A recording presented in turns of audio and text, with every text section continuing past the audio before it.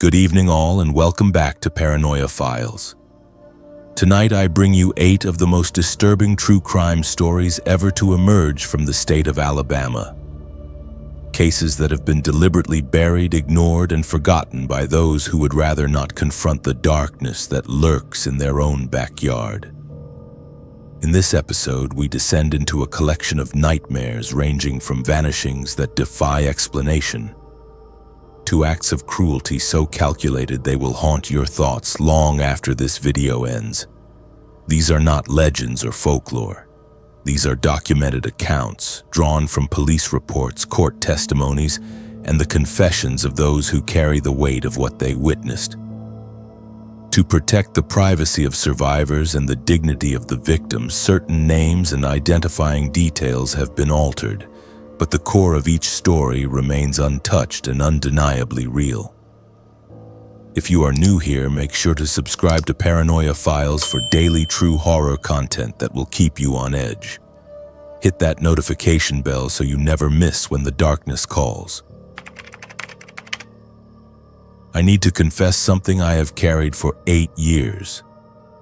It sits in my chest like a stone, heavy and cold, and no amount of time has made it lighter. I was supposed to meet Oscar that night in Birmingham, but I bailed. I told myself it was not a big deal. I told myself he would understand. I told myself a lot of things that turned out to be lies I needed to believe so I could sleep at night. But the truth is, if I had shown up, if I had been there like I promised, Oscar might still be here. And that is something I will have to live with for the rest of my life. It was late July 2016 and Oscar was my best friend from high school. We had both gone to different colleges after graduation, but we stayed close. He was one of those people who could make you laugh even when everything felt like it was falling apart. He had this ridiculous sense of humor, always cracking jokes at the worst possible moments, and he had a heart bigger than anyone I have ever known. Oscar was the kind of person who would drop everything to help you move, who would drive 2 hours just to bring you soup when you were sick, who would listen to you vent about the same problem for the 100th time without ever making you feel like a burden. He was good, genuinely, uncomplicatedly good, and I let him down when it mattered most. That summer, Oscar was living with his parents in a small town outside Tuscaloosa County while he saved money for his senior year at Auburn. He hated it there. He felt trapped, restless, like he was wasting his youth in a place where nothing ever happened. So he spent a lot of time online, talking to people, making plans to go out, trying to find any excuse to escape the monotony.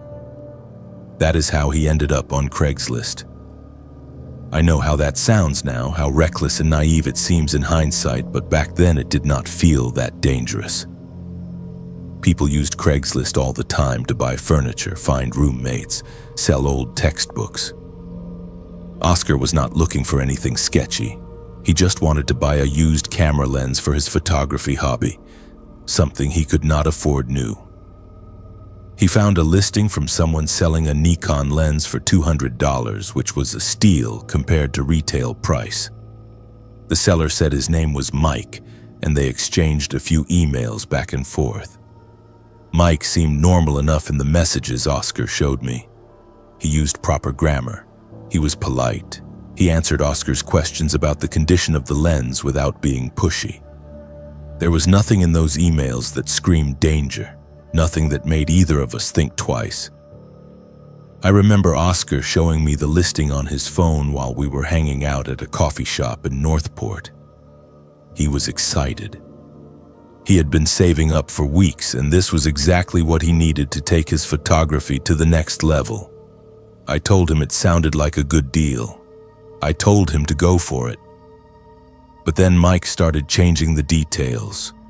First, he said he could not meet in Birmingham like they had originally planned because something came up with his work schedule. He suggested meeting halfway, somewhere between Birmingham and Tuscaloosa. Oscar agreed. Then Mike changed the meeting time from afternoon to evening, saying he got stuck at the office. Oscar agreed again. Then Mike changed the location one more time, saying the parking lot they had picked was too crowded and he knew a quieter spot nearby. That is when I started to feel uneasy. I told Oscar it was weird. I told him the guy was being flaky and maybe he should just find a different seller, but Oscar brushed it off. He said Mike was probably just busy and trying to make it work. He said he had already driven halfway there and did not want to waste the trip. He said it would be fine. The final meeting spot was a boat launch near Lake Tuscaloosa, tucked away on a back road that barely saw any traffic. It was secluded, surrounded by woods, the kind of place you would go if you wanted privacy. Mike said it was easier for him to get to than the main roads, and Oscar did not push back. I should have pushed back. I should have told him it was a terrible idea to meet a stranger in the middle of nowhere after dark. But I did not. I just said to be careful and to text me when he got there. Oscar laughed and said I was being paranoid. He made a joke about it, something like, "If I do not text you by midnight, call the cops." We both laughed. It was funny at the time. Except Oscar never texted me at midnight, and I did not call the cops. I fell asleep. I woke up the next morning to 17 missed calls from Oscar's mom. My stomach dropped before I even listened to the voicemail. She was crying, barely able to get the words out, asking if I had seen Oscar, if I knew where he was, if he had said anything to me about his plans. I told her about the Craigslist meetup, about the camera lens, about the boat launch. She called the police immediately. I sat in my apartment alone, staring at my phone, scrolling back through my text messages with Oscar. The last one was from 9:47 p.m. the night before. It just said, "Tron, heading there now. This guy better not flake on me, LOL." I had read it and not responded. I had been watching Netflix and figured I would text him back later. Later never came. The police found Oscar's car at the boat launch within a few hours. It was parked at the far end of the gravel lot near the tree line, away from the water. The driver's side door was unlocked. His phone was sitting in the cup holder, still on, battery nearly dead. His wallet was gone. His keys were in the ignition. There was no sign of a struggle, no blood, no broken glass, nothing that indicated violence had occurred inside the vehicle. But Oscar was gone. Just gone. Like he had stepped out of the car and vanished into thin air. Search and rescue teams were called in. They brought dogs to track Oscar's scent. The dogs picked up a trail leading from his car toward the water, but it stopped abruptly, about 30 yards from the shore. Just stopped. The handler said it was like Oscar's scent disappeared, which should not have been possible unless he got into another vehicle or into the water. Divers searched the lake for 3 days. They found nothing. No body, no clothing, no evidence that Oscar had ever been near the water. It was like he had been erased. The police tried to track down Mike, the seller from Craigslist, but the email address he used was a dead end. It was created the day before Oscar responded to the listing and was never used again after the night Oscar disappeared. The phone number Mike had given Oscar to coordinate the meetup was a burner phone, purchased with cash at a gas station in Montgomery 2 weeks prior. The police pulled surveillance footage from the gas station, but the camera angle was bad and the person buying the phone kept their face turned away. They could not even confirm if it was a man or a woman. The listing for the camera lens was deleted hours after Oscar went missing. Mike, if that was even his real name, had covered his tracks completely. Investigators found something else, though, something that made my blood run cold when they told me. There were partial fingerprints on the passenger side door handle of Oscar's car. They were smudged, not clear enough to run through any database, but they were there. Someone had touched Oscar's car. Someone had opened that door. The police theorized that Oscar had gotten out of his car to meet Mike, possibly to inspect the camera lens, and that Mike had either forced him into another vehicle or lured him somewhere under false pretenses. But without a body, without a witness, without any concrete evidence, it was all speculation. Oscar's family put up missing person posters all over Tuscaloosa County, Jefferson County, and surrounding areas. They hired a private investigator who turned up nothing. They did interviews with local news stations begging for anyone with information to come forward. Oscar's face was everywhere for months. And then, slowly, people stopped talking about it. The news cycle moved on. The posters faded and were covered by new ones. Life went on for everyone except Oscar's family. And except for me. I replay that night over and over in my mind. I think about the 12 hours that passed between Oscar's last text and when I found out he was missing. 12 hours where he could have been alive, where he could have needed help, where someone could have found him if only I had called the police when he did not text me at midnight like he joked about. I think about how I chose to finish my Netflix episode instead of responding to his text. I think about how I turned off my phone and went to bed completely unaware that my best friend was in danger. I think about all the ways I failed him. The rational part of my brain knows that even if I had called the police at midnight, it probably would not have changed anything. Oscar was most likely already gone by then. But the rational part of my brain is not the part that keeps me up at night. The part that keeps me up at night is the part that knows I chose my own comfort over Oscar's safety. I chose sleep over action. I chose to assume everything was fine instead of trusting my gut instinct that something was wrong. There is a particular kind of guilt that comes with surviving when someone you love does not. It is not the same as grief, though grief is certainly part of it. It is a gnawing, relentless feeling that burrows into your bones and never fully goes away. It is the knowledge that you had a chance, however small, to change the outcome, and you did not take it. It is the weight of all the things you did not do, all the words you did not say, all the moments you took for granted because you assumed there would always be more time. Oscar has been missing for 8 years now. Legally, he is still classified as a missing person, though his family held a memorial service for him 3 years ago. They needed closure, even if they did not have a body to bury. I attended the service. I sat in the back row and listened to people talk about Oscar's kindness, his humor, his potential. His mother spoke about how much she missed him, how every day without answers was a new kind of torture. I could not bring myself to speak. What was I supposed to say? That I was sorry I let him go to that boat launch alone? That I was sorry I did not call the police when he did not text me? That I was sorry I prioritized my own convenience over his life? I checked the database for missing persons in Alabama every few months, hoping for an update, hoping that someone found something, hoping that Oscar is somehow, miraculously, still alive. But deep down, I know he is not coming back. I know that whoever Mike was, he took Oscar that night, and Oscar is never going to come home. I know that there is a family out there who will never get the answers they deserve, who will spend the rest of their lives wondering what happened to their son. And I know that I am partially responsible for that. I still have Oscar's last text message saved in my phone. I have upgraded my phone twice since then, but I transferred that message every time. I read it sometimes when the guilt gets too heavy, when I need to remind myself why I cannot let this go. Heading there now. This guy better not flake on me, LOL. The lol at the end destroys me every single time. He was joking, he was happy.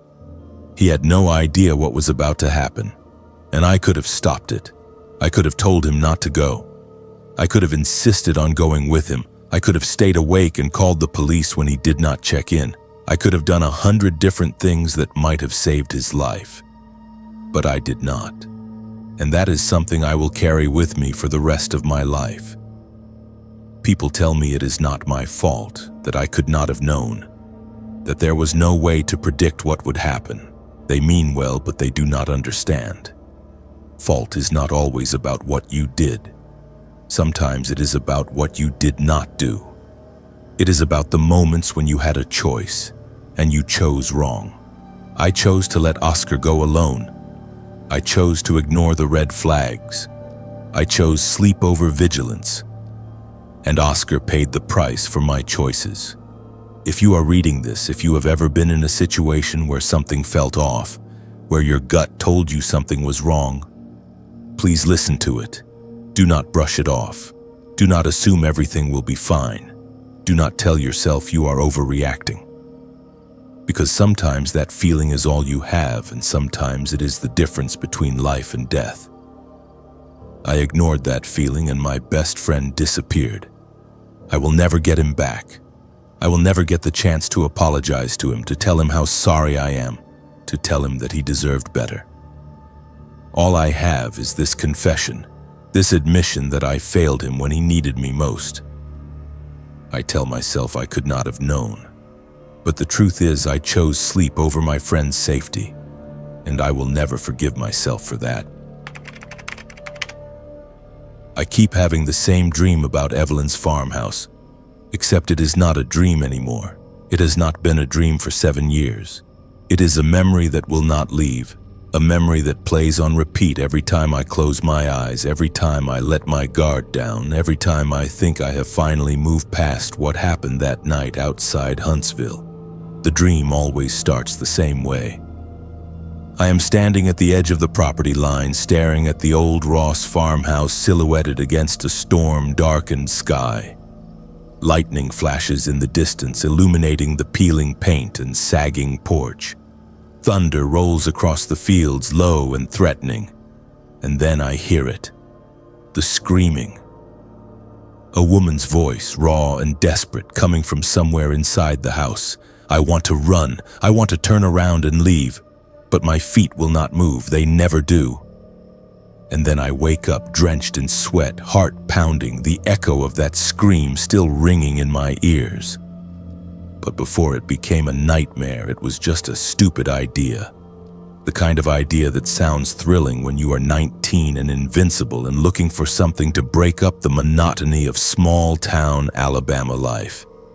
It was October 2019. I was home from college for fall break, bored out of my mind when I reconnected with 3 friends from high school. Marcus, who had always been the ringleader, Jenna, who would do anything on a dare, and Tyler, who was quiet but always went along with whatever we decided. We were sitting in Marcus's basement, drinking cheap beer and scrolling through our phones when Marcus brought up the Ross property. Everyone in Madison County knew about the Ross property. It had been abandoned since 1987, sitting untouched on the outskirts of Huntsville like a wound that never healed. The story went that a woman named Evelyn had lived there alone after her husband died. She kept to herself, rarely came into town, and when she did, people said she seemed nervous, jumpy, like she was always looking over her shoulder. Then one night in August 1987, during one of the worst thunderstorms the area had seen in decades, Evelyn vanished. Her truck was still in the driveway. Her purse was still on the kitchen table. The doors were unlocked, but Evelyn was gone. The police searched the property and the surrounding fields. They dragged the creek that ran along the back edge of the land. They interviewed neighbors, family members, anyone who might have seen or heard something. But no one had. Evelyn had simply ceased to exist. The case went cold within months. The property sat empty. No one wanted to buy it. No one wanted to go near it. Over the years, stories started to circulate. People claimed they heard screaming coming from the house during thunderstorms. Others said they saw lights moving through the windows late at night, even though there was no electricity. Teenagers would dare each other to go inside, but most of them would not make it past the front porch before their nerve broke. Marcus thought it would be the perfect place for us to explore. Urban exploration, he called it. A chance to see something most people were too scared to see. Jenna was immediately on board. Tyler hesitated, but peer pressure won out. And me? I should have said no. I should have gone back to my parents' house and spent the rest of my break doing nothing. But I did not. I said yes, because I was bored, because I wanted to prove I was not scared, because I was an idiot. We drove out there just after midnight. The house was about 15 miles outside Huntsville, down a series of increasingly narrow roads that eventually turned to gravel and then to dirt. The property sat at the end of a long driveway, hidden from the main road by a thick wall of trees. When we finally pulled up, cutting the headlights so no one would see us, the house looked exactly like it did in my dreams. 2 stories, faded white paint, boarded up windows, a porch that sagged in the middle like a broken spine. We sat in the car for a few minutes, passing around a flashlight and hyping ourselves up. Marcus went first, kicking open the front door with a dramatic flourish that would have been funny if the sound had not echoed through the house like a gunshot. Jenna followed, then Tyler, then me. The inside smelled like rot and mildew and something else, something metallic and wrong. The first floor was a disaster, furniture overturned and covered in dust, papers scattered everywhere, a kitchen table still set for one, the plate and silverware coated in grime. It looked like someone had left in a hurry and never came back. We moved through the room slowly, our flashlights cutting through the darkness, and that is when I started to feel it. A pressure in the air, a heaviness that made it hard to breathe. Marcus made some joke about ghosts. Jenna laughed, but it sounded forced. Tyler did not say anything. And then we found the stairs. The staircase leading to the second floor was narrow and steep, the wood warped and creaking under our weight. At the top there was a hallway with 3 doors. 2 of them were open, revealing bedrooms that looked like they had not been touched in decades. The third door was closed, and from behind it, we heard something. It started as a low hum, almost like wind moving through a crack in the wall, but then it changed. It became rhythmic, deliberate, and then it became a voice, a woman's voice, humming a tune I did not recognize. We all froze. Marcus tried to laugh it off, said it was probably just the wind. But the house was not drafty. There was no wind. The air was still and suffocating. Jenna grabbed my arm, her nails digging into my skin. Tyler took a step back toward the stairs, and the humming stopped. For a moment there was silence, complete and total silence. And then the screaming started. It came from everywhere and nowhere all at once. A woman's voice, raw and desperate, shrieking in a language I could not understand. It was not English. It was not anything I recognized. The walls seemed to vibrate with the sound, and I swear I felt the floor beneath me shift. Jenna was crying. Tyler was already halfway down the stairs. Marcus stood frozen, his flashlight beam shaking as it swept across the hallway. And then the doors started slamming. One by one, every door in the house slammed shut. The 2 open bedroom doors, the bathroom door at the end of the hall, the door at the bottom of the stairs. Bang, bang, bang. A rhythmic, deliberate sequence that felt intentional, that felt like a warning or a threat. We ran. I do not remember making the conscious decision to move, but suddenly I was flying down the stairs, tripping over my own feet, crashing into Tyler, both of us stumbling out the front door and into the night. Jenna was right behind us, and Marcus brought up the rear, slamming the door shut behind him as if that would keep whatever was inside from following us. We did not stop running until we reached the car. We did not speak as Marcus threw it into reverse and tore down the driveway, gravel spraying behind us. We did not look back. It was not until we were halfway to town that I realized I was still holding something. In my panic, I had grabbed a book from one of the upstairs bedrooms, a small leather-bound diary with Evelyn's name embossed on the cover. I should have thrown it out the window. I should have left it on the side of the road, but I did not. I kept it. I brought it home. I hid it in the back of my closet and tried to forget about it, but I could not forget. None of us could. 2 weeks after we broke into that house, Tyler was dead. Car accident on Highway 72. He lost control on a curve, crossed into oncoming traffic, and was killed instantly. The police said he was sober, the road was dry. There was no reason for him to lose control, but he did. 6 months later, Jenna started hearing voices. She would call me in the middle of the night crying, saying that someone was talking to her. Someone was telling her to do things, terrible things. Her parents put her in a psychiatric facility. The doctors diagnosed her with paranoid schizophrenia and put her on medication. But the medication did not help. She still hears the voices.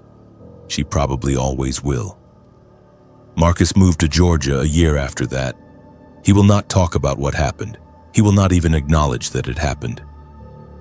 I tried calling him once, tried asking if he remembered the screaming, the doors, the feeling of something watching us from the shadows.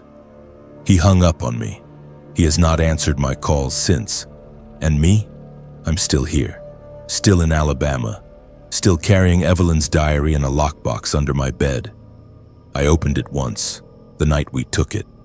I read the first few entries. They were normal, mundane grocery lists, observations about the weather, notes about her garden.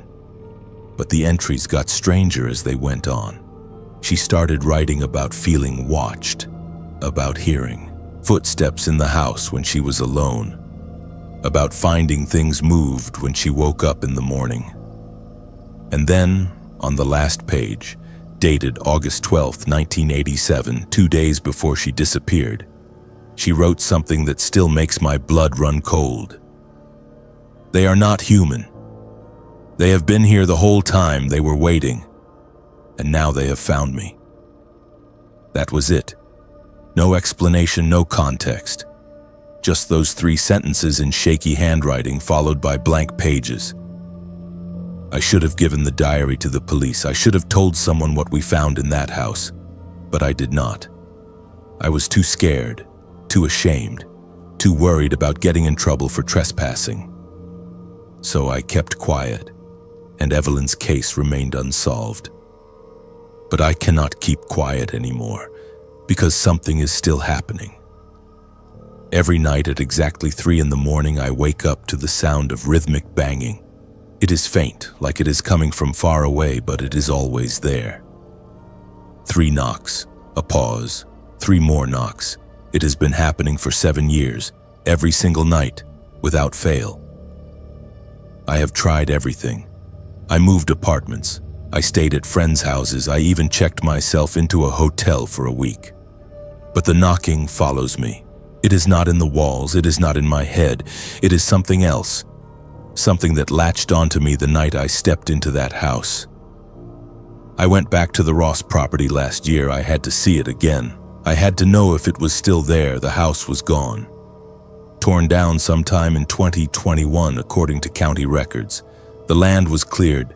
There is nothing left but an empty field and the foundation where the house used to stand. But I still hear the knocking, and I still have the diary. I opened it again last month. I had to know if there was something I missed, something that would explain what happened to Evelyn, what happened to Tyler, what is happening to me. I found something.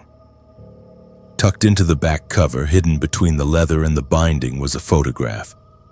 It was old, faded, taken sometime in the early 80s based on the style of the clothes. It showed Evelyn standing in front of the farmhouse, smiling. But she was not alone. Standing behind her, partially obscured by shadow, was a figure, tall, thin, featureless, like a smudge on the film, or something that should not have been there. I have that photograph now. I keep it with the diary. I stare at it sometimes, trying to make sense of what I am seeing. Trying to convince myself it is just a trick of the light. But I know it is not. Evelyn did not leave that house. She did not run away. She did not vanish into thin air. Something took her. Something that was waiting in that house long before she moved in. Something that is still there even though the house is gone. And I brought a piece of it home with me. I do not know what to do. I do not know how to stop the knocking. I do not know how to make this right. All I know is that I should never have gone into that house. I should never have taken that diary, and I should never have opened it again. But I did, and now I am paying the price. If you are reading this, if you are listening to this, please learn from my mistake. If you hear stories about a place being haunted, about people disappearing, about things that should not exist, do not go there. Do not test it. Do not assume you will be the exception, because you will not be. None of us are. Evelyn tried to warn us. She left that message in her diary, and I ignored it, just like I ignored every other warning sign that night. I still have Evelyn's diary in a lockbox. I have never opened it again. I am afraid of what else it might say. I am afraid of what I might find tucked between the pages. I am afraid that if I look too closely, I will see something I cannot unsee. But most of all, I am afraid that one night the knocking will stop, and whatever has been trying to get my attention for the past 7 years will finally succeed. I am only alive because I had to pee. That is the truth.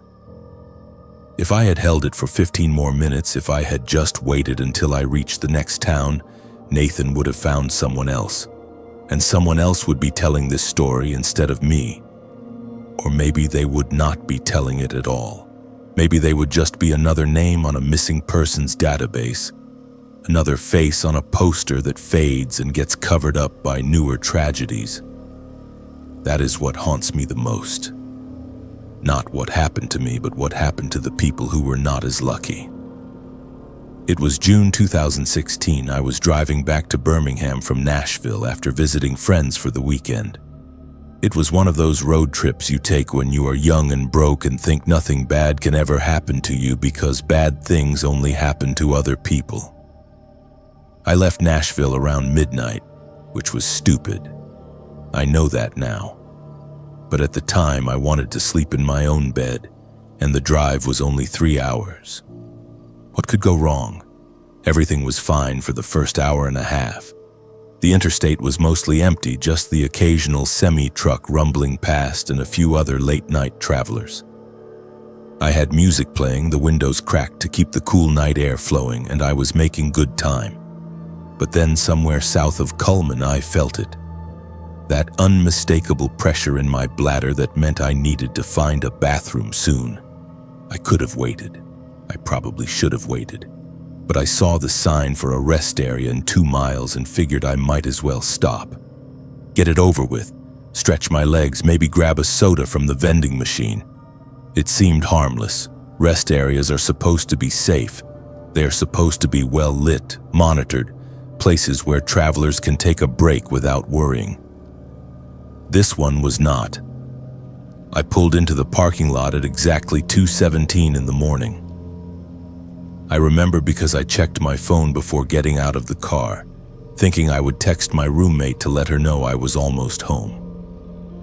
The lot was nearly empty, just my car, a semi-truck parked in the designated truck area, and one other vehicle. A dark sedan, maybe a Honda or a Toyota, parked near the bathrooms. I did not think anything of it. People stop at rest areas all the time. I grabbed my phone and locked my car, leaving my water bottle sitting on the hood because my hands were full. The bathrooms were about 50 feet away, housed in a small brick building with flickering fluorescent lights that buzzed loud enough to hear from the parking lot. The whole place had that eerie, deserted feeling that rest stops get in the middle of the night, but I told myself I was being paranoid. I walked quickly, keeping my head down, and went inside. The bathroom was empty. Clean enough, but with that lingering smell of industrial cleaner and something vaguely unpleasant underneath.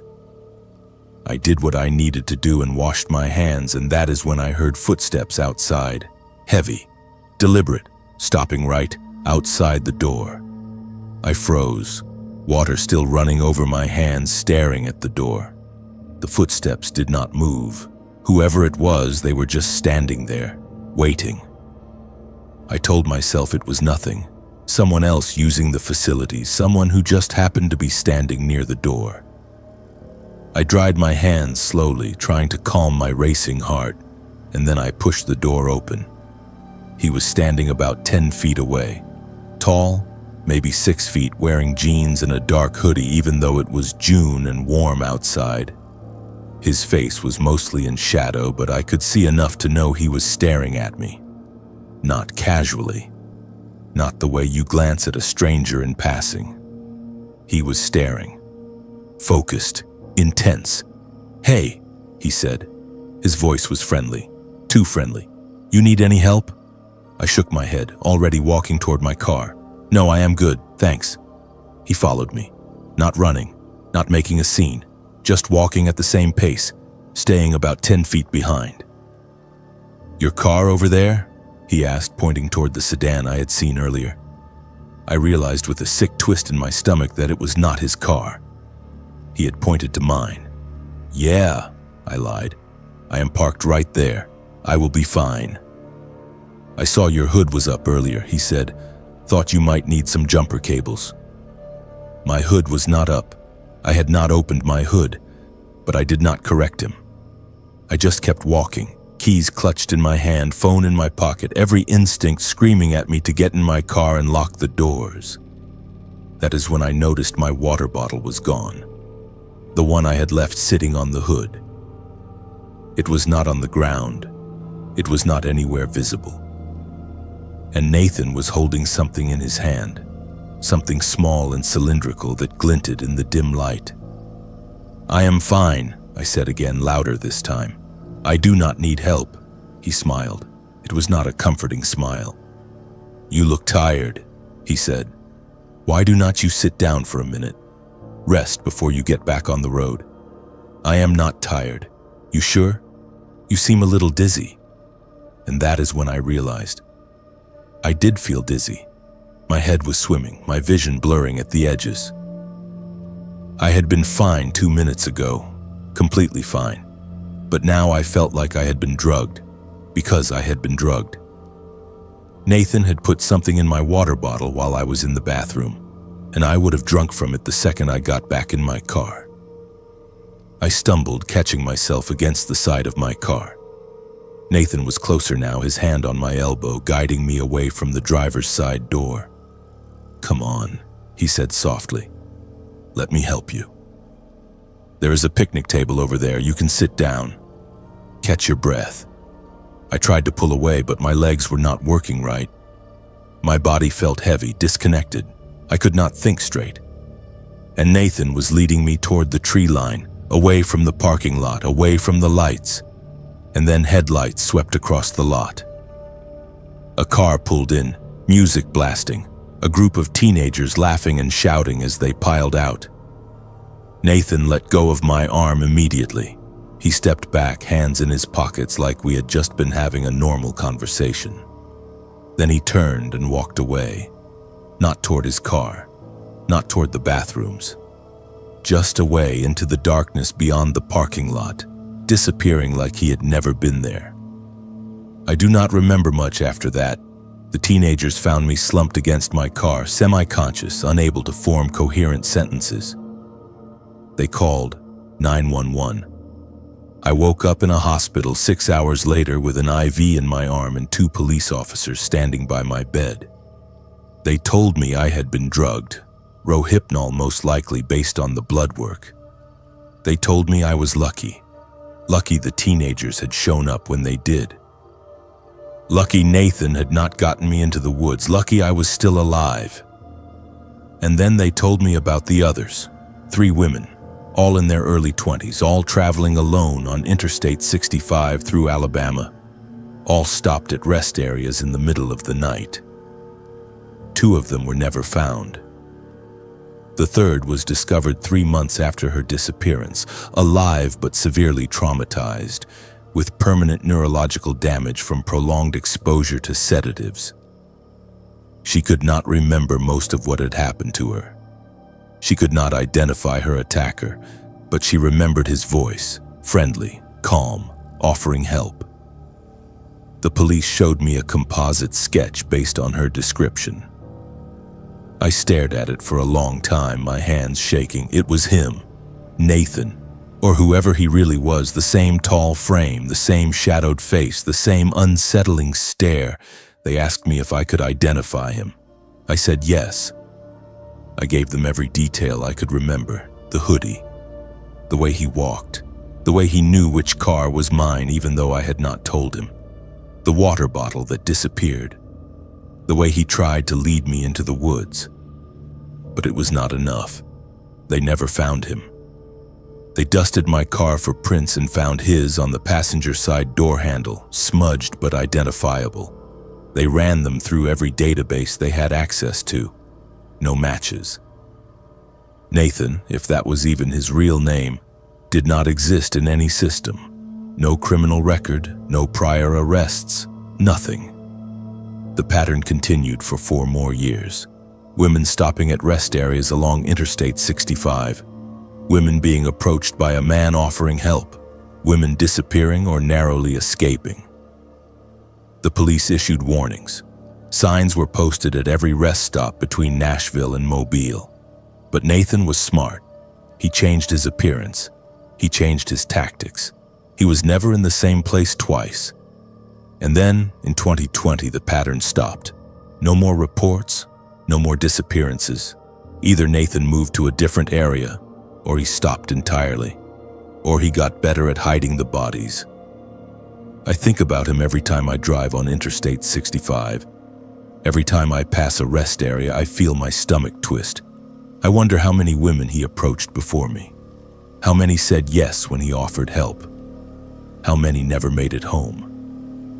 I think about the 2 women who are still missing, whose families are still waiting for answers, who might still be alive somewhere, trapped, suffering, wishing someone had stopped him before it was their turn. And I think about the fact that I gave a description, I gave a statement, I did everything I was supposed to do, and it was not enough. Nathan is still out there. Maybe he is not hunting anymore. Maybe he found a different highway, a different state, a different group of victims, or maybe he is just waiting. Waiting for the right opportunity, waiting for someone like me to stop at the wrong place at the wrong time. I am a coward. I know I am. Because I could have done more. I could have gone on the news. I could have done interviews, put my face out there, warned people in a way that might have actually made a difference. But I did not.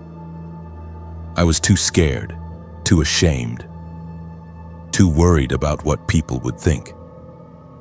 Too worried that Nathan would see me and come back to finish what he started. So I stayed silent. And maybe, because I stayed silent, someone else died. I carry that with me every day. The knowledge that I survived and others did not. The knowledge that I had a chance to stop him and I did not take it. The knowledge that somewhere out there Nathan is still free. Still hunting. Still waiting. If you are reading this, if you are listening to this, please be careful. Do not stop at rest areas alone at night. Do not accept help from strangers. Do not trust someone just because they seem friendly. Because monsters do not look like monsters. They look like normal people. They sound like normal people. They offer help when you need it most. And by the time you realize what they really are, it is too late. I have not spoken to anyone in my family in 6 years. Not since I testified against them. Not since Audrey. Not since I stood in front of a courtroom and told the truth about what happened in that compound outside Mentone, Alabama. And even though I did the right thing, even though I know I had no other choice, the guilt still eats at me every single day. Because I was there. I was part of it. I helped build that place. I followed orders. And I should have gotten Audrey out sooner. I grew up in what most people would call a cult, though we never used that word. We called it the covenant. We called it a family. We called it God's will. Looking back now, I can see it for what it really was. A prison disguised as paradise. A nightmare wrapped in scripture. A place where children were property and questions were punished and leaving was not an option. The compound sat on 60 acres of land in rural DeKalb County, hidden from the main roads by dense forest and deliberately maintained isolation. There were 7 buildings in total. A main house where the elders lived, 3 dormitories divided by age and gender, a chapel, a workshop, and the reflection rooms. Those rooms are what I see when I close my eyes at night. Small, dark, soundproof, places where children were sent to think about their sins, sometimes for hours, sometimes for days. The Blake family ran everything. 3 brothers, Elijah, the oldest, who claimed to have visions from God, Samuel, the enforcer, who made sure everyone followed the rules, and Isaiah, the preacher, who could make scripture sound like a threat. They had been running the covenant since the early 2000s, built it from nothing, recruited families who were desperate for community and purpose and belonging. My parents joined when I was 7 years old. They told me we were going to live somewhere special, somewhere safe, somewhere God wanted us to be. I believed them. What choice did I have? Life in the covenant was controlled down to the smallest detail. We woke at 5 in the morning for prayer. We worked the land until noon.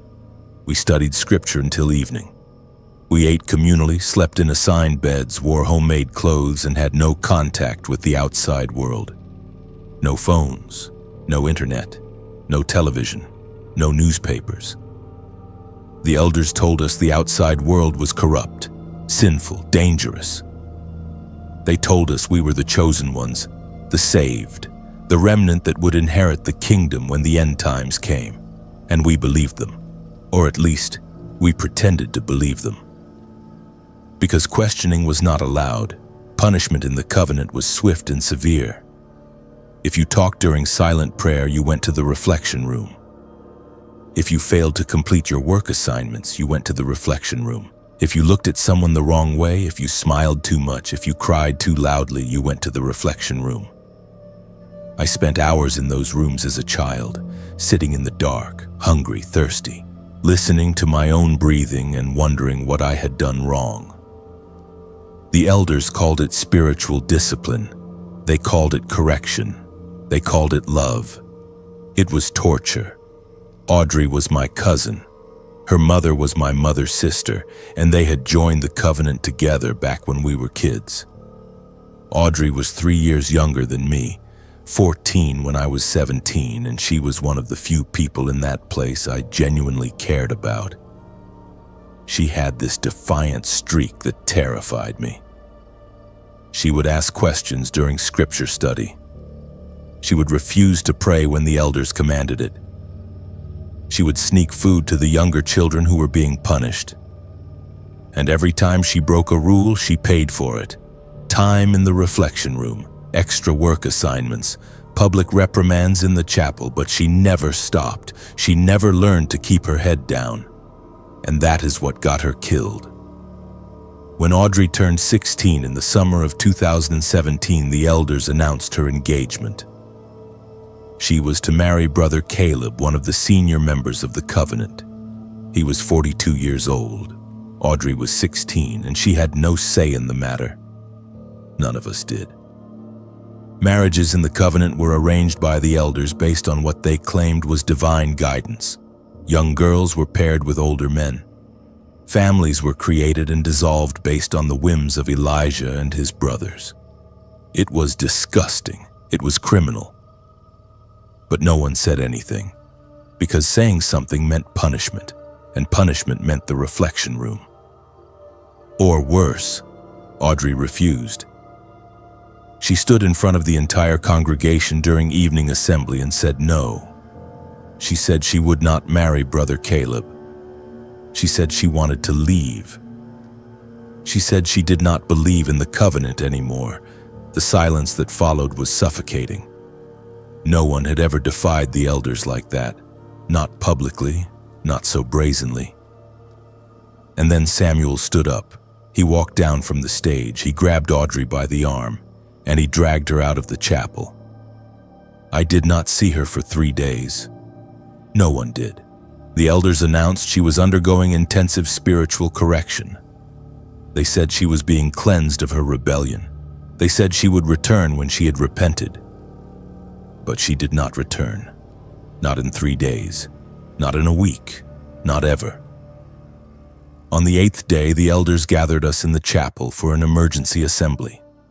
Elijah stood at the podium, his face grave, his voice heavy with what he called sorrow. He told us that Audrey had ascended. He said she had been chosen by God to serve a higher purpose. He said her earthly body was no longer needed because her spirit had been called to the kingdom. He said we should rejoice for her, celebrate her, thank God for the honor of having known her. And then he moved on to the next topic like he had just announced the week's work schedule. I knew, we all knew, Audrey had not ascended. She had not been chosen. She had been killed. But no one said anything, because saying something meant you would be next. I tried to find her. I snuck out of the dormitory late at night and searched every building on the compound. I checked the reflection rooms, the workshop, the storage sheds, the woods surrounding the property. I found nothing. No body, no grave, no sign that Audrey had ever existed. It was like she had been erased. I spent 2 more months in that place. 2 months where I pretended to believe, pretended to pray, pretended everything was fine. And the whole time I was planning, figuring out how to escape, how to get to the authorities, how to make sure what happened to Audrey did not happen to anyone else. In October 2017, I ran. I waited until the middle of the night, climbed out a window and walked 7 miles through the woods to the nearest town. I showed up at a gas station, barefoot and filthy, and begged the clerk to call the police.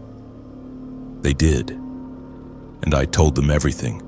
The isolation, the abuse, the forced marriages, the reflection rooms, Audrey, all of it.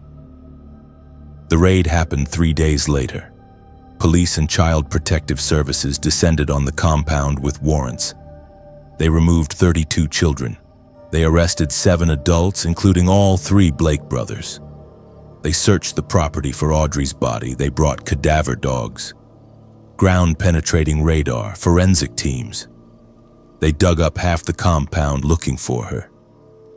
They found nothing. The trial took over a year. The Blake brothers were charged with child abuse, unlawful imprisonment, and conspiracy. They were not charged with murder. Because without a body, without physical evidence, the prosecutors could not prove Audrey was dead. They could only prove she was missing, and missing was not enough. I testified. I sat on the witness stand and told the jury what I had seen, what I had heard, what I knew. And the defense attorney tore me apart. He called me a liar, a traitor, a disturbed young woman seeking attention. He said I was bitter about being raised in a religious community and was making up stories to get revenge. He said Audrey had probably run away and was living somewhere under a new identity. He said there was no proof of foul play. And the jury believed him, partially. The Blake brothers were convicted, but not of murder, not of manslaughter. They were convicted of child abuse and neglect. Elijah got 5 years, Samuel got 4, Isaiah got 3. They served their sentences in a minimum security facility. They were released early for good behavior. And now, they are free. Living somewhere in Alabama, probably running another compound under a different name, probably ruining more lives. Audrey's body was never found. Her case is still technically listed as a missing person investigation. But no one is looking for her. No one cares. She is just another name in a database, just another girl who vanished and was forgotten. I think about her every day. I think about the last time I saw her standing in that chapel refusing to marry a man, 3 times her age. I think about her courage, her defiance, her belief that she deserved better. And I think about how I failed her. I was older, I was stronger. I could have helped her escape before it got to that point. I could have spoken up sooner. I could have done something other than save myself. The guilt is a living thing. It grows every year. It whispers to me in the quiet moments. It tells me I am a coward. That I let Audrey die so I could live. That her blood is on my hands just as much as it is on the Blake brothers, and maybe it is right. Maybe I am just as guilty. Because I was there. I knew what was happening and I did not stop it. I tried to contact Audrey's mother once.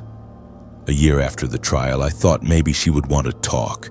Maybe she would want to remember Audrey together. Maybe we could share the grief. But she did not respond. She is still part of the covenant, or whatever it has become since the raid. She still believes. She still thinks the Blake brothers were innocent. She still thinks Audrey ascended. And nothing I say will ever change her mind. I live in Birmingham now. I work at a coffee shop. I go to therapy twice a week. I am trying to build a life that does not involve the covenant. But it is hard. Because the covenant is still in me. The fear, the obedience, the guilt. It does not go away just because I left. It does not disappear just because I told the truth. If you are reading this, if you know someone in a situation like mine, please help them. Do not wait. Do not assume they will figure it out on themselves. Do not tell yourself it is not your business. Because it is your business. It is everyone's business. Audrey died because people looked the other way. Because people assumed someone else would step in. Because people did not want to get involved, and she paid the price. I should have gotten Audrey out sooner. I should have fought harder. I should have done more, and I will carry that regret for the rest of my life. But maybe, by telling this story, by putting her name out there, I can make sure she is not forgotten. Maybe I can make sure what happened to her matters.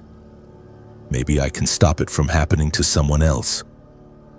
Audrey deserved better. She deserved to live. She deserved to escape. She deserved justice.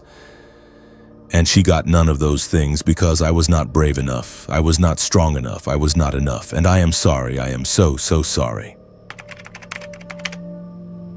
The police asked me the same question 50 times.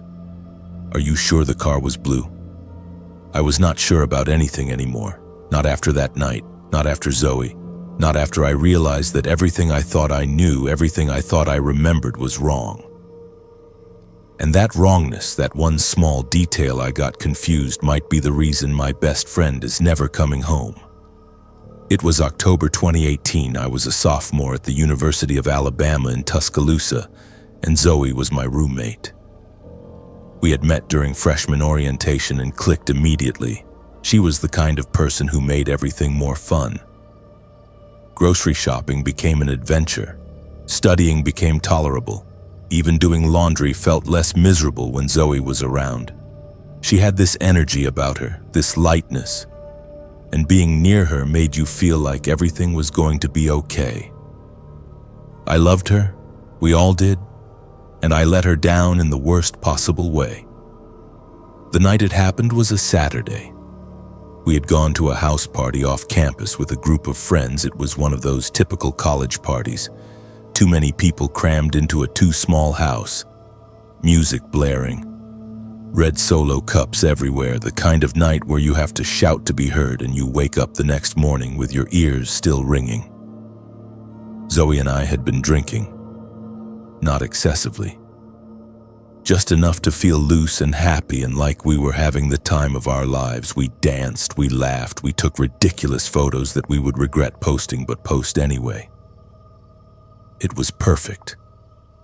Until it was not. Around 1 a.m, Zoe said she was tired, she wanted to go home. I was not ready to leave yet. I was talking to a guy from my sociology class and I was having a good time and I did not want the night to end. So I told Zoe to go ahead without me. I told her I would catch a ride with someone else. She said okay, she hugged me. She told me to text her when I got home safe. And then she walked out the door. That was the last time I saw her. I did not think anything of it at the time. Zoe was responsible. She had her phone. She had money for an Uber. She had made the walk from parties to our apartment a dozen times before. There was no reason to worry. So I stayed. I kept talking to the guy from my class. I had another drink. I danced some more, and I completely forgot about Zoe. It was not until the next morning that I realized something was wrong. I woke up around 11, hungover and disoriented, sprawled on the couch in our apartment. I did not remember getting home. I did not remember much of anything after 2 in the morning. But I was home, and Zoe was not. Her bed had not been slept in. Her phone was going straight to voicemail. And there was a sick, heavy feeling growing in my stomach that told me this was not okay. I called her parents. They had not heard from her. I called our friends. No one had seen her leave the party. I called the guy who had been hosting. He said he saw her walk out around 1 alone, heading toward the street. He assumed she was going home. Everyone assumed she was going home. But she never made it. I reported her missing that afternoon. The police took my statement. They asked me to describe what Zoe was wearing, what time she left, whether she seemed upset or intoxicated, whether anyone had been bothering her at the party. I answered everything as best as I could, and then they asked about her car. They wanted to know if she had driven to the party. I said yes. She had driven her blue Honda Civic. It was parked on the street outside the house, or at least I thought it was. The police went to check, and that is when everything fell apart. Zoe's car was still there, parked exactly where she had left it. Keys in my jacket pocket, the jacket I had been wearing the night before.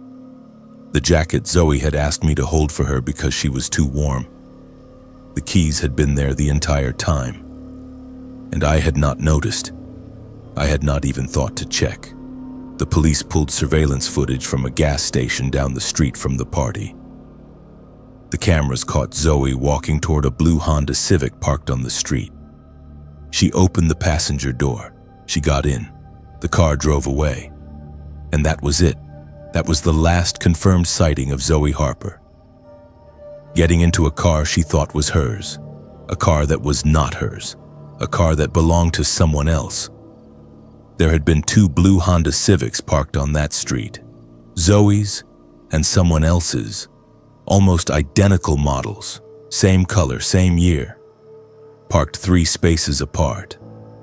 And in the dark, after drinking, tired and ready to go home, Zoe had gotten into the wrong one.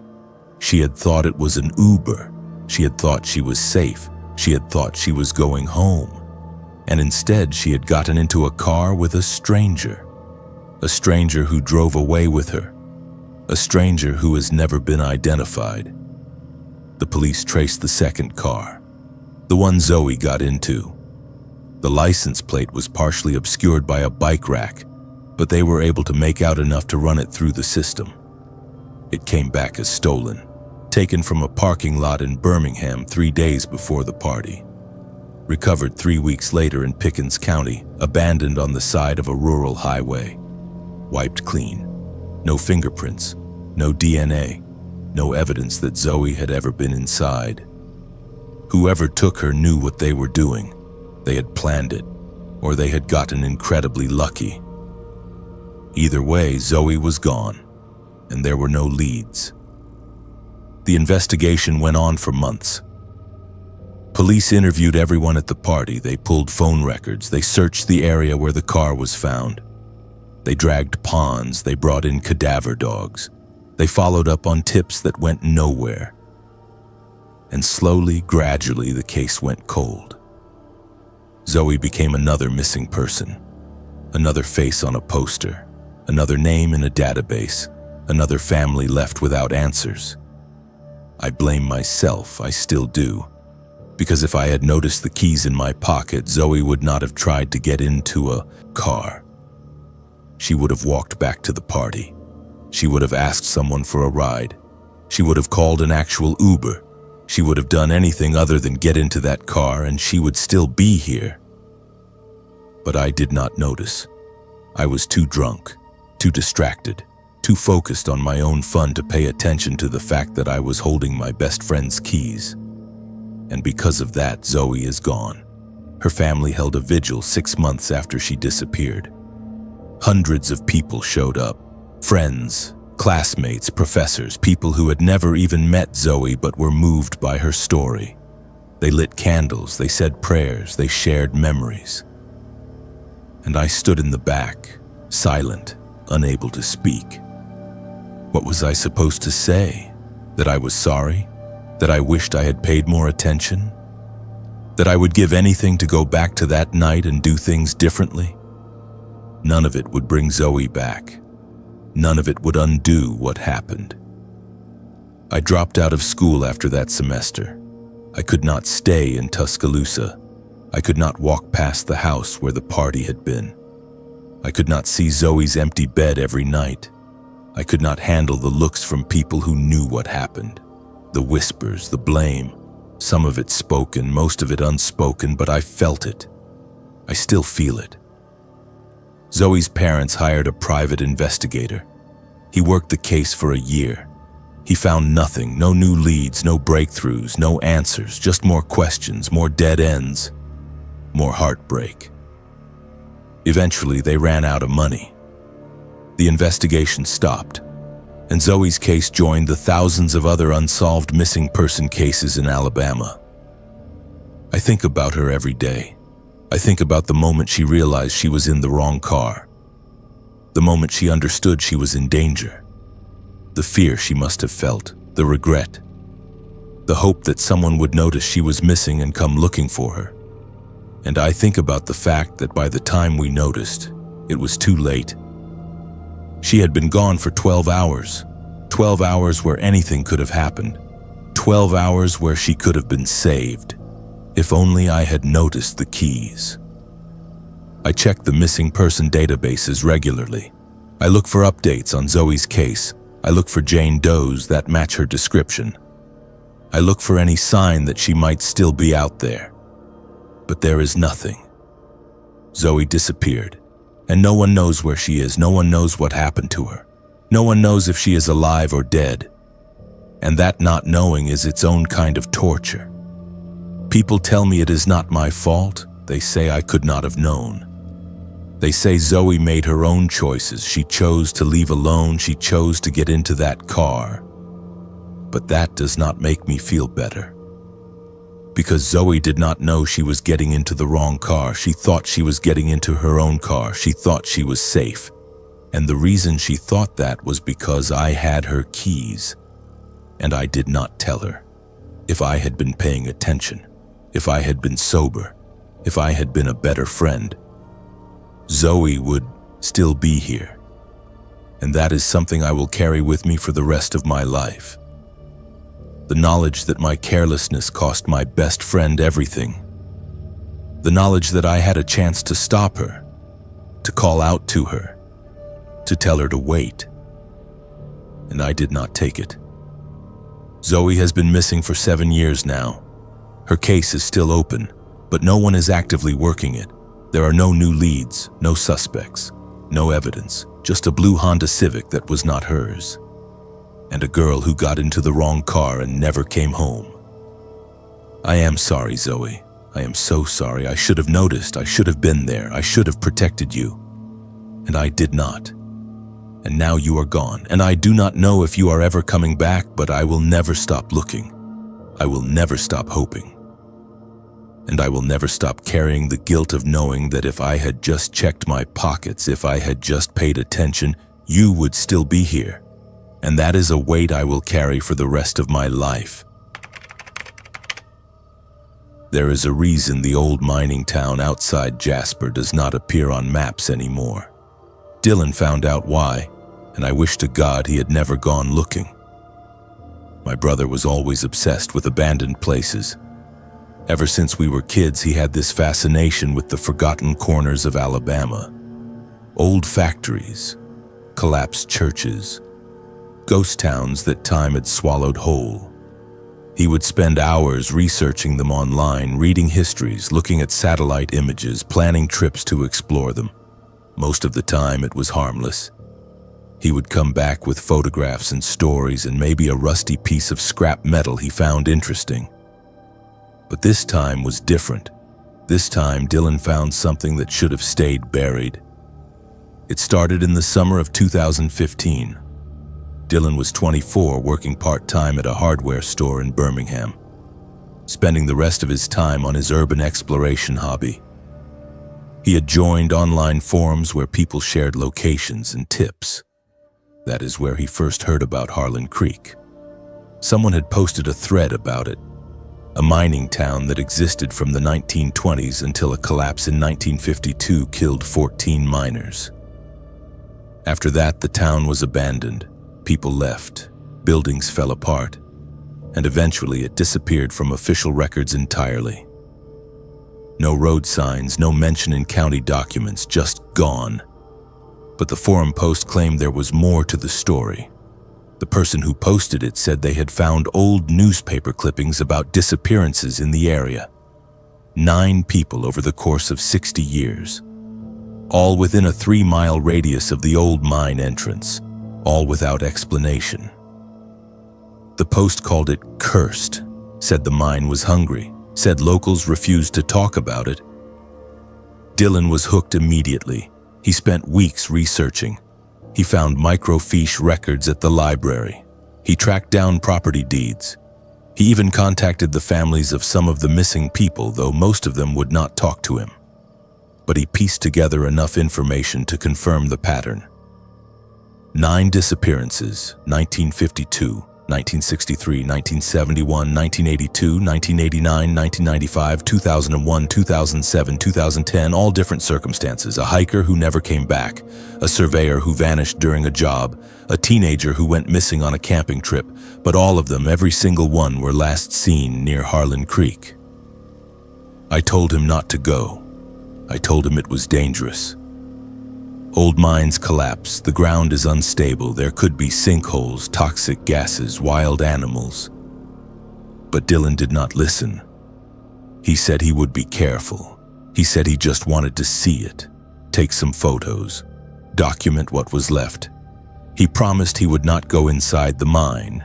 He promised he would be back by dark. And I believed him. I should not have believed him. Dylan left on a Saturday morning in late August.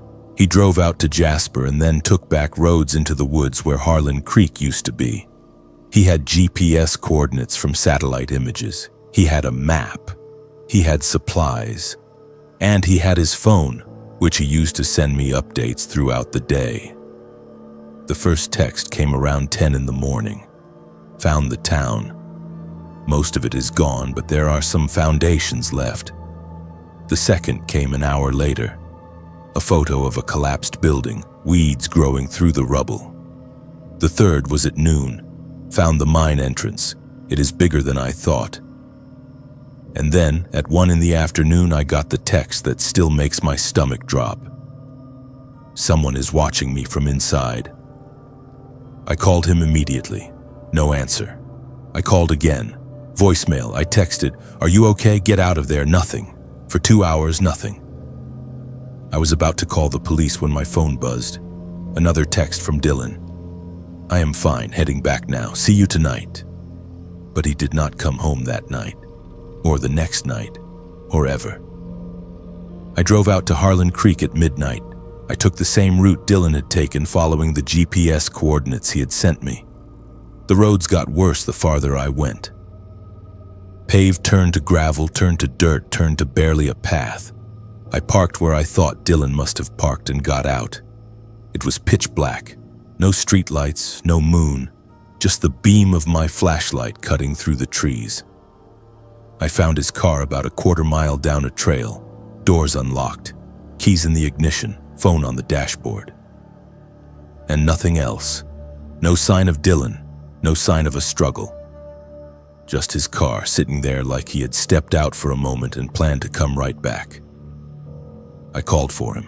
My voice echoed through the trees, swallowed by the silence.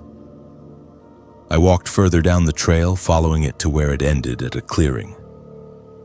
And there, at the far edge, was the mine entrance, a gaping black hole in the side of a hill surrounded by rotting wooden beams and rusted warning signs. I stood there staring into that darkness and I heard it. A sound, rhythmic, metallic, banging, like someone hitting a pipe with a hammer. 3 strikes, pause, 3 more strikes, pause, over and over, coming from deep underground. I wanted to go in, I wanted to find Dylan, but I could not move. My legs would not work, my whole body was screaming at me to run, so I did.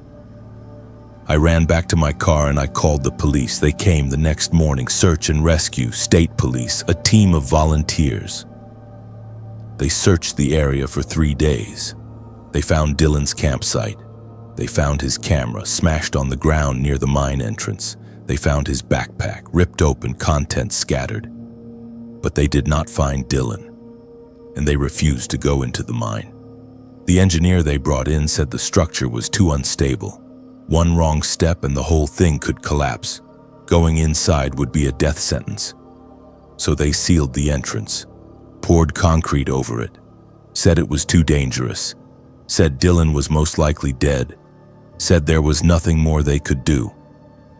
The official report listed Dylan as missing, presumed dead, cause of death undetermined.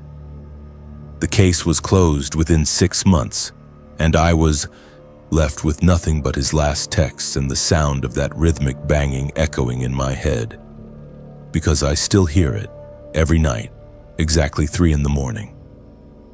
I wake up to the sound of metal on metal. 3 strikes. Pause.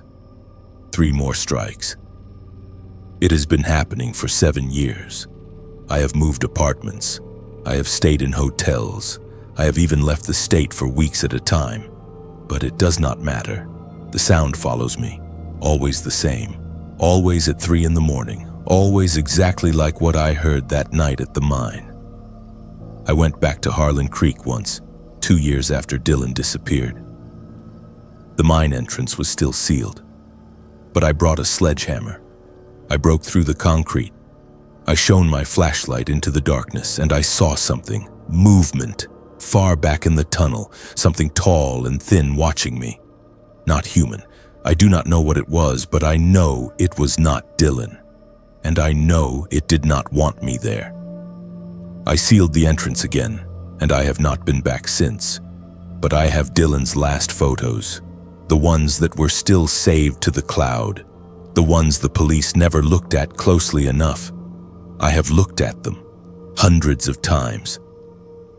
And in the last photo, the one taken right before his camera was destroyed, there is something in the background, standing just inside the mine entrance. A figure, tall, pale, featureless, and it is reaching toward the camera, toward Dylan. I have shown the photo to police, to private investigators, to paranormal researchers. No one will do anything. They say it is a trick of the light. They say it is a shadow. They say I am seeing what I want to see because I cannot accept that Dylan is gone. But I know what I saw, and I know what I see in that photo. Something was in that mine, something that has been there since 1952. Something that took Dylan, something that is still there waiting for the next person to come looking. Harlan Creek does not appear on maps anymore. The county erased it, but it is still there. The mine is still there, and whatever is inside it is still hungry. Dylan was the 9th person to disappear near that mine. I wonder who will be the 10th. I keep Dylan's photos saved. I keep his last texts backed up on 3 different devices.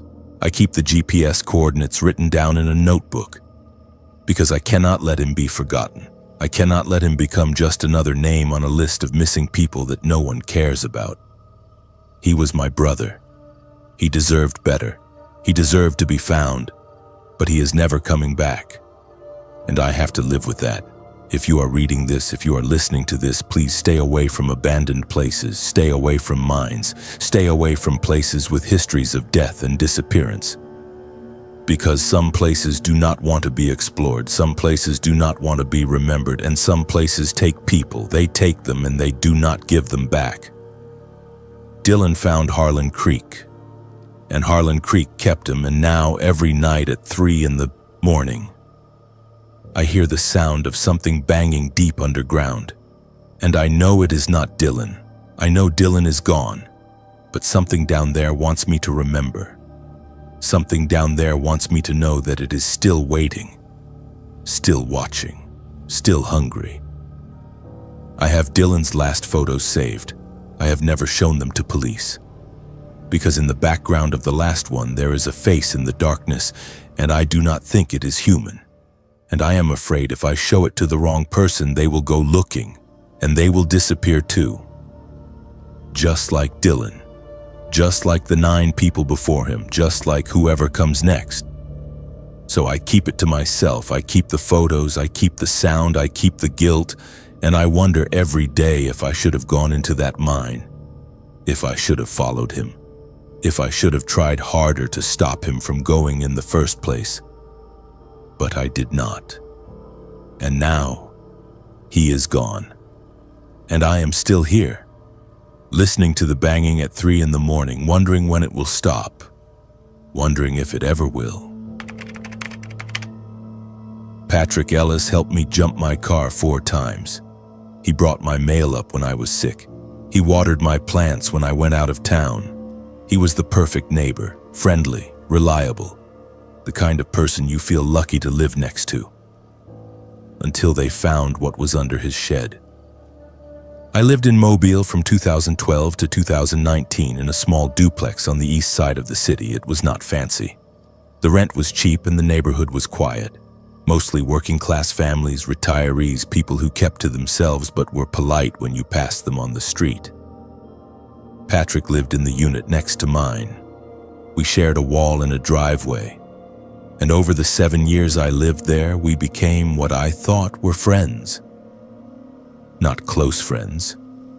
Not the kind of friends who share secrets or spend weekends together, but the kind of neighbors who look out for each other, who borrow sugar and return it, who wave hello and exchange pleasantries about the weather, the kind of relationship that makes you feel like you are part of a community, like you are safe. Patrick was in his late 40s when I first moved in. Average height, average build, thinning brown hair and a face you would forget 5 minutes after meeting him. He worked as an electrician, kept odd hours, and was always willing to help with things around the house.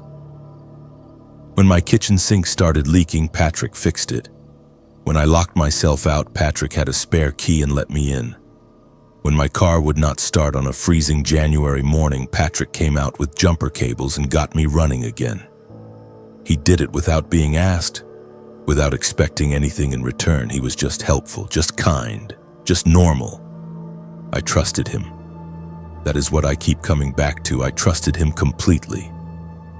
I went into his house, multiple times. I sat on his couch and drank coffee while he told me stories about his work. I met his sister when she came to visit. I fed his cat when he went out of town.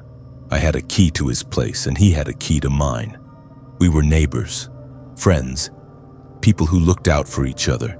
And the entire time, there were bodies buried in his backyard. It was April 2019 when everything fell apart. The city was doing construction on the water lines that ran beneath our street. They had been working for weeks, digging up sections of road, replacing old pipes, causing traffic delays and noise complaints. On a Wednesday afternoon, the construction crew was digging near Patrick's property when they hit something. At first, they thought it was a pipe or a tree root, but when they pulled it out of the ground, they realized it was bone, human bone. The police were called. The construction site was shut down, and within hours, our quiet street was swarming with investigators, forensic teams, and news vans. I watched from my window as they cordoned off Patrick's yard with yellow tape. I watched as they brought in ground-penetrating radar and cadaver dogs. I watched as they started digging. And I watched as they carried out body bags. 1, 2, 3, 4. 4 sets of human remains. 4 women who had been buried in Patrick's backyard. 4 women who had been missing for years. 4 women who were never supposed to be found. Patrick was arrested that same day. He did not resist, did not run, did not try to explain. He just stood there in handcuffs, calm and expressionless, while the police led him away. And I stood on my front porch watching, unable to process what was happening. Because this was Patrick. Patrick who helped me jump my car. Patrick who made jokes about the weather. Patrick who seemed so normal, so safe, so harmless. The investigation moved quickly after that. The remains were identified within weeks. All 4 women were in their early 20s. All 4 had been reported missing between 2008 and 2015. All 4 had last been seen in the Mobile area. And all 4 had been killed by Patrick Ellis. The details that came out during the trial were horrifying. Patrick had a system. He would target women who were vulnerable, women who were traveling alone, women who would not be immediately missed. He would approach them in public places, parking lots, gas stations, offering help. A jump start, directions, a ride. And once he had them alone, he would drug them, take them to his house, and lock them in his basement. The basement. I had been in Patrick's house dozens of times and I had never seen the basement. He told me it was just storage, boxes of old junk he needed to sort through someday. I never thought to question it. Why would I? But the basement was not storage, it was soundproofed. The walls were lined with the same acoustic foam you see in recording studios, heavy-duty locks on the inside of the door. No windows, no way out. It was a kill room. And it was 15 feet from where I slept every night. The prosecution presented journals during the trial. Patrick kept meticulous records of his crimes, dates, descriptions, methods. He wrote about his victims like they were experiments, clinical, detached, devoid of empathy or remorse. And buried in those journals on a page dated October 2014 was my name. He had written about me, about how I was too observant, about how I asked too many questions, about how he needed to be careful around me. I was on his radar, I was being evaluated, and if I had done something differently, if I had been less cautious or more trusting, I might have ended up in one of those body bags. One of the victims was someone I knew. Not well, but I knew her. Her name was Vivian. She was a friend of a friend who had come over to my place a few times for dinner. The last time she visited, it was summer 2013. She parked in the driveway, walked past Patrick's unit, and I remember him being outside. He waved. She waved back. We went inside and had dinner and talked for a few hours. And when she left around 10 at night, Patrick was still outside, sitting on his porch, smoking a cigarette, watching. Vivian stopped responding to texts a few days later. I assumed she was busy. I assumed she had gotten caught up with work or family or life. I never followed up. I never asked. And 2 weeks later, she was reported missing by her roommate. The police investigated. They found her car abandoned in a Walmart parking lot. No signs of foul play, no leads. The case went cold, and Vivian became another missing person, another unsolved case, another name on a list. She was buried in Patrick's backyard the entire time, 3 feet from the fence that separated his property from mine. I had walked past her grave hundreds of times. I had grilled out on my patio, listening to music, laughing with friends, completely unaware that there was a body buried just feet away. Vivian had been in my house. She had met Patrick, and I never connected the two.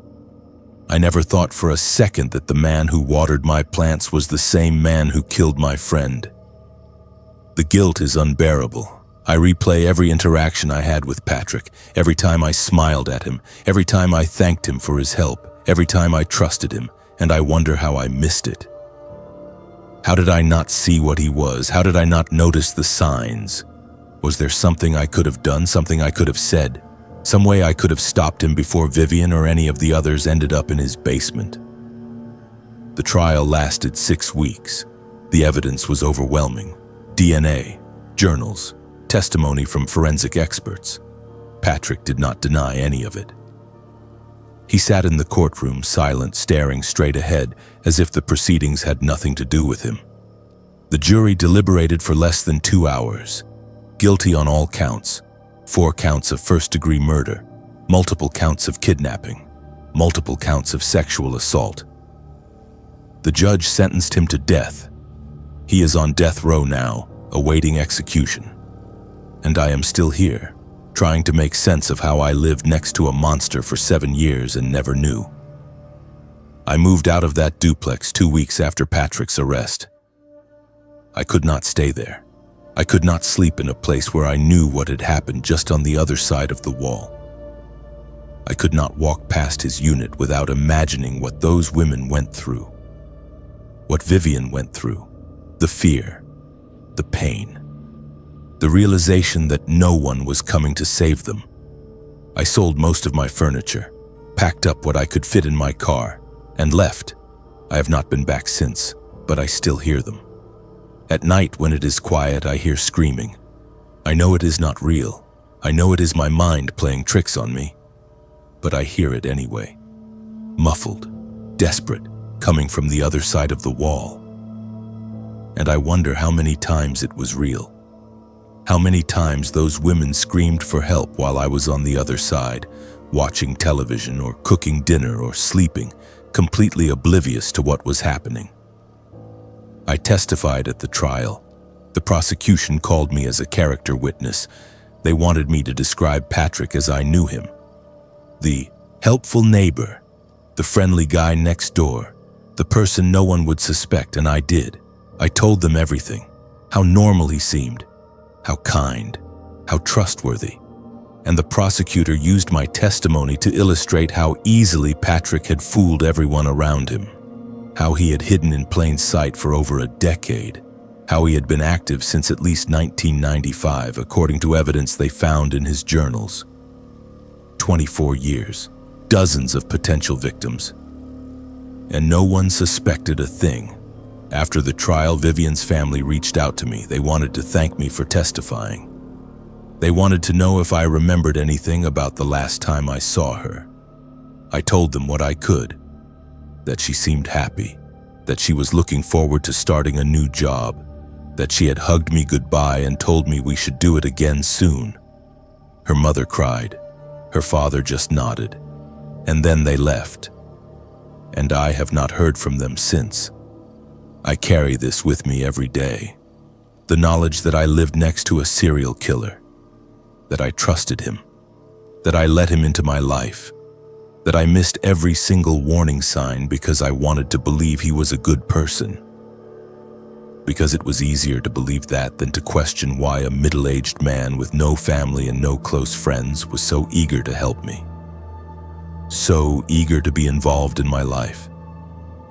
So eager to have access to my home. I chose comfort over curiosity. I chose convenience over caution. I chose to trust someone because it made my life easier. And Vivian died because of it. Because I did not follow up. Because I did not ask questions. Because I did not think twice about introducing her to the man who would kill her. Patrick Ellis is on death row, but he has not been executed yet. He is appealing his sentence. He has been appealing for 6 years. And every year that passes is another year he gets to live while his victims stay buried. Another year their families wait for justice. Another year I carry the guilt of knowing I could have done something. Could have said something. Could have noticed something. But I did not. And 4 women are dead because of it. If you are reading this, please listen, please pay attention, please trust your instincts when something feels wrong. Because monsters do not look like monsters. They look like your neighbor. They look like the person who helps you when you need it. They look normal, they act normal. And by the time you realize what they really are, it is too late. I heard them screaming, I know I did. But I convinced myself it was the television. I convinced myself it was cats fighting outside. I convinced myself it was anything other than what it actually was. Because admitting it was real would have meant doing something about it. And I chose silence. I chose comfort. I chose to ignore what I heard because it was easier than confronting the possibility that my neighbor was a killer. And now 4 women are dead, and I have to live with that for the rest of my life. I am uploading this from a burner account because what I have is evidence of a murder, but the law calls it faith-based tragedy. The tape proves otherwise. My name does not matter. What matters is that I worked as an EMT in rural Coosa County, Alabama from 2018 to 2021. I have seen a lot of terrible things in that job. Car accidents, overdoses, domestic violence, heart attacks, suicides. You become numb to it after a while. You learn to compartmentalize. You learn to separate the person on the gurney from the person you are when you go home. But what I saw in November 2020 broke something in me, and I cannot stay quiet about it anymore. We got the call around 4 in the afternoon. Unresponsive female, mid-20s, rural address about 20 minutes outside town. The dispatcher said the caller was the husband. He sounded calm. Too calm. That should have been my first warning sign. But we get strange calls all the time. People handle emergencies in different ways. Some panic, some shut down, some go into autopilot. I did not think anything of it. My partner and I arrived at the property at 4:23. It was a small house at the end of a long dirt driveway, old run down, the kind of place that looks like it has not been updated since the 1970s. There were cars parked in the yard, 6 of them, which was strange for an emergency call. Usually when someone is unresponsive, it is just family, but this looked like a gathering. We grabbed our equipment and knocked on the door. A man in his late 20s answered. He was tall, thin, clean-cut. He introduced himself as Adam. He said his wife was in the bedroom. He said she had stopped breathing about an hour ago. An hour. That was the second warning sign. If someone stops breathing, you call 911 immediately. You do not wait an hour. But Adam seemed calm, composed, like he was reporting a broken appliance instead of his wife's death. We followed him inside. The house smelled like incense and sweat. There were 6 other people in the living room, 3 men, 3 women. All dressed in plain clothes, all sitting in a circle on the floor, all praying out loud in unison. They did not look up when we came in. They did not acknowledge us at all. They just kept praying. Adam led us down a hallway to a bedroom at the back of the house, and that is where I saw her. Penelope, 23 years old, lying on the floor, dead. She had been dead for at least 12 hours based on the rigor mortis. Her eyes were open, her mouth was open, her body was contorted in a way that suggested she had died in pain. And there were bruises on her wrists, on her arms, on her neck, like someone had restrained her. I checked for a pulse anyway. Protocol. But I knew she was gone. My partner called it in. Time of death. Suspicious circumstances, possible homicide. The police were dispatched, and while we waited, Adam stood in the doorway watching us. Not crying, not panicking, just watching. I asked him what happened. He said Penelope had a seizure. He said they had been praying over her. He said God had called her home. I asked if she had a history of seizures. He said yes. I asked if she was on medication. He said she used to be. But the church had told her to stop taking it. They said the medication was blocking the Holy Spirit. They said if she had enough faith, God would heal her. And she believed them. She stopped taking her medication 6 months earlier. And she had been having seizures ever since. The police arrived. They took statements. They photographed the scene. They interviewed the people in the living room. And every single one of them told the same story. Penelope had a seizure. They prayed over her. She died. It was God's will. And when the police asked why no one called 911 during the seizure, they said they did not want to interfere with God's plan. They said calling for medical help would have shown a lack of faith. They said Penelope was being tested. and she had failed. I wanted to scream, I wanted to shake them, I wanted to arrest every single person in that house. But I could not, because technically they had not broken any laws. Alabama has religious exemption laws. Parents can refuse medical treatment for their children on religious grounds. Adults can refuse treatment for themselves. And as long as there is no evidence of physical restraint or coercion, the law protects them. The medical examiner ruled Penelope's death accidental. Cause of death: prolonged seizure activity leading to respiratory failure. Contributory factors: lack of medical intervention. No criminal charges were filed. The case was closed. And Penelope became another statistic, another person who died because faith was valued more than medicine. But I could not let it go. I knew something was wrong. I knew Penelope had not just died from a seizure. I knew those bruises meant something.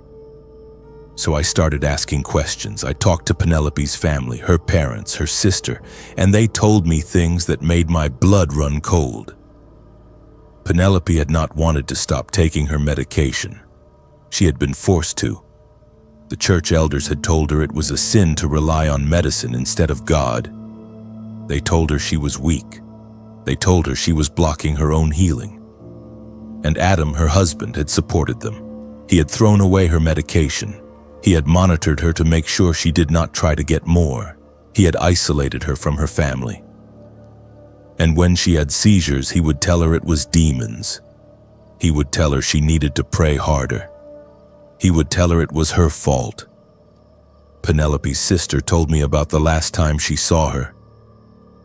It was 3 weeks before she died. Penelope had called her crying, saying she was scared. She said the seizures were getting worse. She said she thought she was going to die.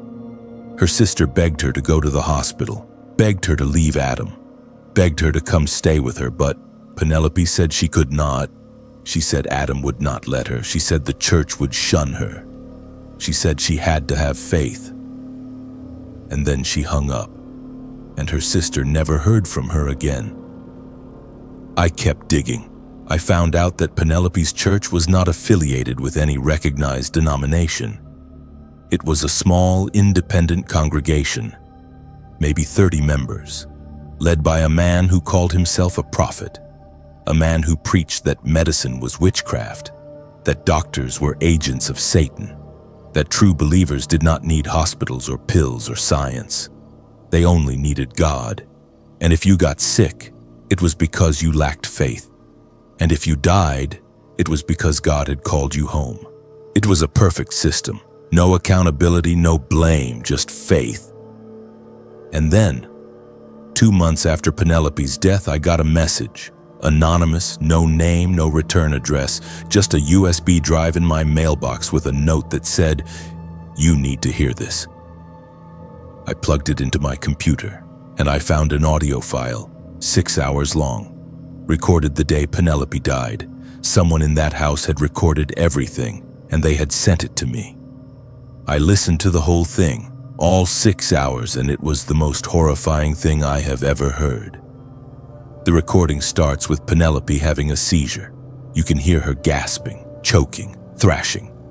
And you can hear Adam and the others praying, loudly, commanding the demons to leave, calling on God to cast out the evil spirit, and Penelope is begging.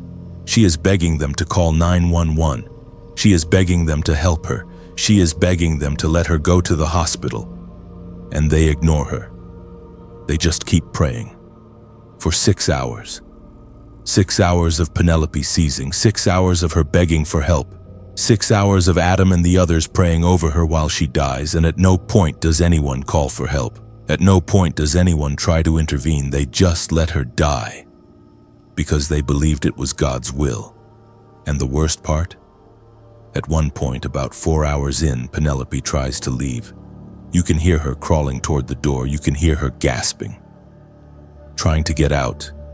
And you can hear Adam, calm, controlled, telling her to stay, telling her she needs to submit, telling her that leaving would be a lack of faith.